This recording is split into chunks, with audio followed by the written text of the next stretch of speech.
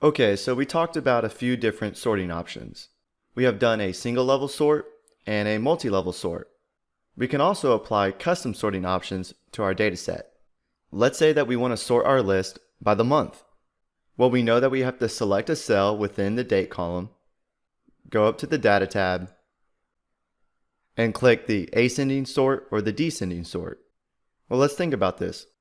What's going to happen to our date column if we do an ascending sort? Let's find out. So if we give this command a click, well, it sorted all of our months, but in alphabetical order. So the first months are April and August because they start with A, then it goes December, February, January, and so on.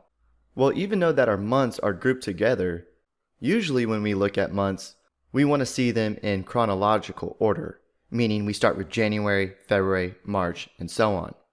Well, luckily, Excel has a feature that we can apply a custom sort to get our dates in the correct order.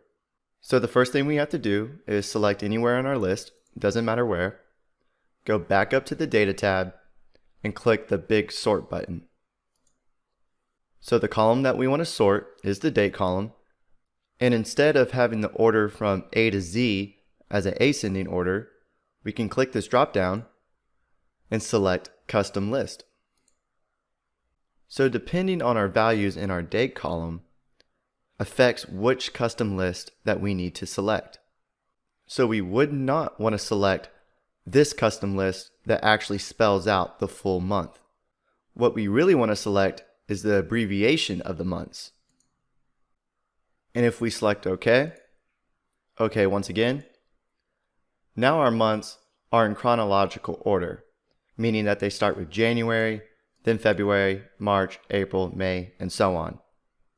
So usually when it comes to date values, you can apply custom sorting.